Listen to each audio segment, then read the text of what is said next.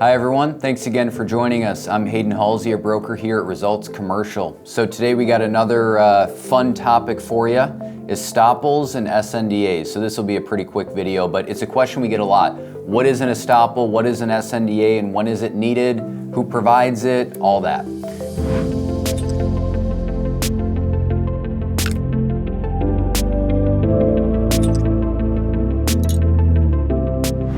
So, Estoppel, let's start with that one first, which is a little bit more common. What is an Estoppel? An Estoppel is a letter that's provided before closing or sometimes at closing, ideally slightly before, that basically is a letter of good standing saying the tenant is in good shape. There's no issues, they're paying their rent, here's when the lease started, there's no modifications to the lease that you don't know about, here's how much the security deposit is. So the idea is, of course, that buyer and that lender wants to make sure, is that tenant still paying their rent? Are they current?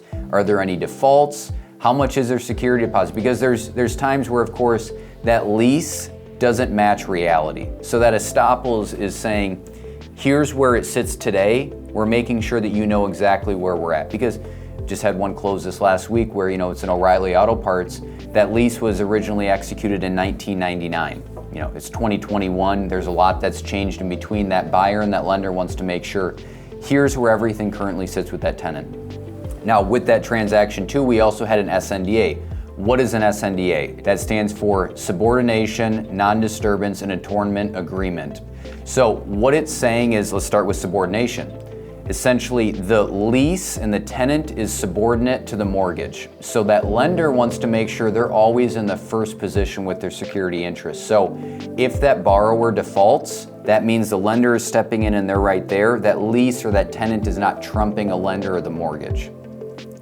To that, if a lender is going to agree to that, of course, they want their piece of non-disturbance. So what the non-disturbance portion says is, if there is a foreclosure, a tenant still has the right to be there per their lease. They're not going to be disturbed. They can carry on business as usual, and that lease is still in effect.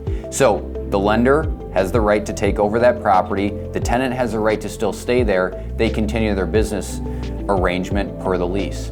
Now, the final piece is the atonement, which basically says that if a lender forecloses on the property, they are now the new lender. So the lease, of course, will say, ABC LLC is the landlord here, and that's who the rent payments go to. What the SNDA is recognizing is that now, for the tenant, the new landlord will be that lender, or if it's, a receiver or whatever it might be. So the question then is, who prepares this? When do you need it? Who reviews it? It's usually prepared by, I would say most of the time, by a buyer's attorney. Sometimes the lender will also have forms that they want to use. That goes over to the tenant or, the seller's broker, the seller, to review prior to that. Then the tenant would sign, landlord signs, lender, all those different parties. There are cases where if it's a net lease and you're dealing with a corporate entity, they will have standard docs. So like on O'Reilly's or Caribou or whoever it might be, Arby's, they're gonna have standard Estoppels and SNDAs because they do so many of these deals, of course, that every time a property sells, because they're a tenant, they have these standard templates that they use. Now, one of the questions too is, when does this need to be ordered? Because I've had it many times where I've seen other transactions where somebody will call and say, I close tomorrow, and the lender's now saying they need an Estoppel. Of course, this takes time to put together, so usually you want to be ordering it in advance. There are corporate tenants where they'll say, give us at least 3 weeks to put this together and get it signed, so make sure you're ahead of the ball on that one.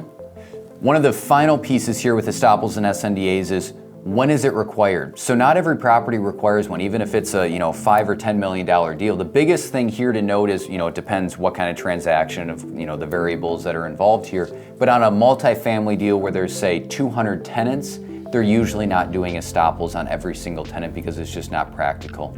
If you're dealing with a net lease, there's almost always Estoppels and SNDAs required. If it's an office or a retail deal. If it's a smaller deal, I would say, under $1 million, I don't see it nearly as much. It's usually the bigger deals where there's more involved, where you got more sophisticated attorneys, landlords, buyers, and sellers. So it's not every transaction, but it's good to at least be prepared for it. So that's a bit on Estoppels and SNDAs, just kind of a niche group of, a niche area of financing, but it's important to know because if you don't understand what these different pieces are, it gets very difficult to get to the closing table and keep everything on track with the right timing. So if you have any questions, let us know. Hayden at Results Commercial, and of course, resultscommercial.com is our website. Thanks for watching.